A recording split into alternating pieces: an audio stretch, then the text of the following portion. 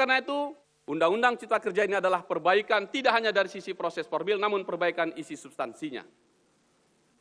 Pimpinan anggota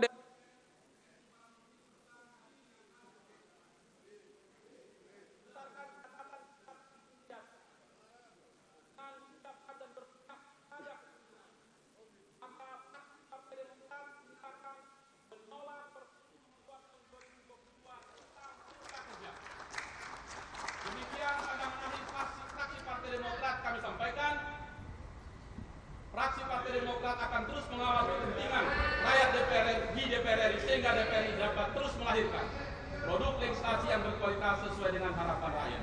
Karena harapan rakyat, perjuangan Demokrat, bersama kita kuat, bersama kita bangkit. Demokrat bersama rakyat memperjuangkan perubahan dan perbaikan. Jakarta 21 Maret 2023, pimpinan fraksi Partai Demokrat DPR RI, Edi Baskoro Yudhoyono, Ketua ditandatangani, Sekretaris Marwanti Asar ditandatangani. Terima kasih pimpinan.